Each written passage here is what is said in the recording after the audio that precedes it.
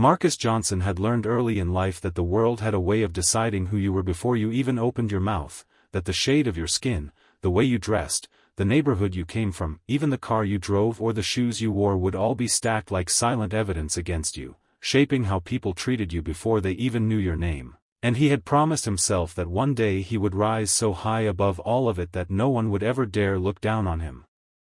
again. But even after becoming a self-made millionaire, even after building a business empire that stretched from tech startups to real estate investments, even after donating to schools and sponsoring scholarships for kids who reminded him of himself, he still found himself walking into spaces where prejudice clung to him like invisible chains. And nowhere was that more obvious than the day he decided to walk into the city's most exclusive luxury car dealership, not to browse, not to dream,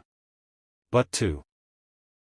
buy. Because Marcus had set his heart on rewarding himself for years of sacrifice with something that symbolized not just success, but triumph over every insult, every doubt, every dismissal he had endured. Yet as he pushed open the glass doors of the dealership, dressed not in a designer suit or flashy jewelry but in the simplicity of jeans and a clean white shirt, the atmosphere changed the way it always did. A silence of calculation, of judgment, the sharp eyes of salesmen sizing him up and dismissing him just as quickly, and Marcus, though calm, felt the old anger rise, the kind that burned slowly, the kind that carried memories of high school teachers who told him he'd never amount to anything, of bosses in his early career who overlooked him for promotions and whispered about whether he'd fit in, of neighbors who clutched their purses tighter when he walked by. And though he had enough money in his account to buy every single car in the showroom twice over, the staff treated him as though he didn't even belong near the vehicles, ignoring him while they rushed to greet a man in a tailored Armani suit who entered behind him, offering him champagne, brochures, and handshakes, leaving Marcus standing there, invisible, as though he had crashed a party where no invitation had been extended, and for 15 long minutes he endured their silent dismissal, testing them, giving them the chance to do the right thing, until finally, he approached the desk himself, where a young salesman with slick back hair and too much arrogance looked up at him with thinly veiled disdain, saying, "Can I help you?" in a tone that suggested he doubted it, and Marcus, keeping his composure, replied, "Yes, I'd like to see the Aston Martin Vantage you have advertised," but instead of rising with enthusiasm, instead of offering the professional courtesy any real customer deserved, the salesman leaned back with a smirk, glancing at his colleague as if to share a private joke, before replying, "That car starts at $200,000. Just so you know, maybe you'd prefer something in our pre-owned section?" And the laughter that rippled softly through the room cut into Marcus like knives, not because he cared what they thought of his bank balance, but because it was yet another reminder of how little respect the world was willing to grant him without proof, without validation, without overcompensation. And he thought about his father, a hard-working man who had spent his life fixing cars in a run-down garage, often coming home with grease-stained hands and aching bones, who used to tell Marcus, "They'll never give you respect, son, you'll have to take it." And in that moment Marcus understood exactly what he meant, because the salesman leaned closer, lowering his voice with mock sincerity, adding, "Look, man, these cars aren't toys, they're not for people just wanting selfies for their Instagram, so unless you've got some proof you can afford it, I don't want to waste my time." And that was the moment the line was crossed. The moment Marcus decided he wasn't just going to buy a car, he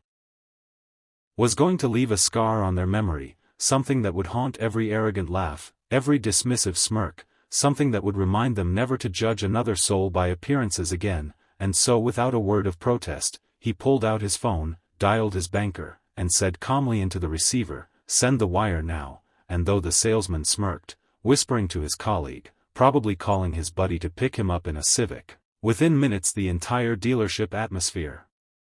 shifted, because in the manager's office, an alert flashed across his monitor, a transfer so large that it froze him in his seat, 7 figures sliding into their account in an instant, and the manager, sweating, nearly tripping over himself, rushed out onto the showroom floor, his fake smile plastered wide, his hand extended as he beamed, "Mr. Johnson.